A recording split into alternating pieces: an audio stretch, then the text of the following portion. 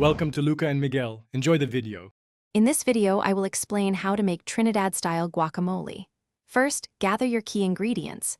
You will need 3 to 4 ripe avocados, which are crucial for that wonderfully creamy base. Next, prepare fresh herbs such as cilantro and chives, about 1/4 cup of each, to infuse vibrant, aromatic notes. Don't forget the juice of 1 fresh lime or lemon to prevent browning and add a zesty brightness. Finally, a small hot pepper, like a Scotch bonnet, will give it that authentic Trinidadian warmth.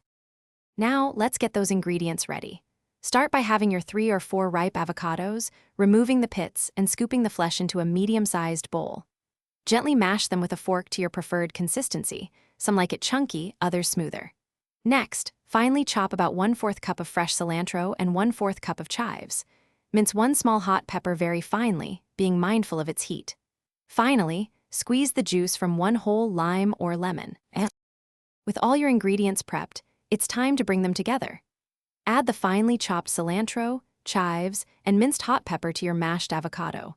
Pour in the fresh lime or lemon juice. Now, season generously with about 1/2 teaspoon of salt and 1/4 teaspoon of freshly ground black pepper. Taste and adjust the seasoning as needed, adding more citrus for brightness or a tiny bit more hot pepper for extra warmth. Gently fold everything until just combined. Your delicious Trinidad-style guacamole is now ready to be enjoyed.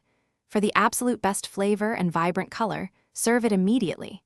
You can garnish it with a sprinkle of fresh cilantro or a thin lime wedge for an appealing presentation.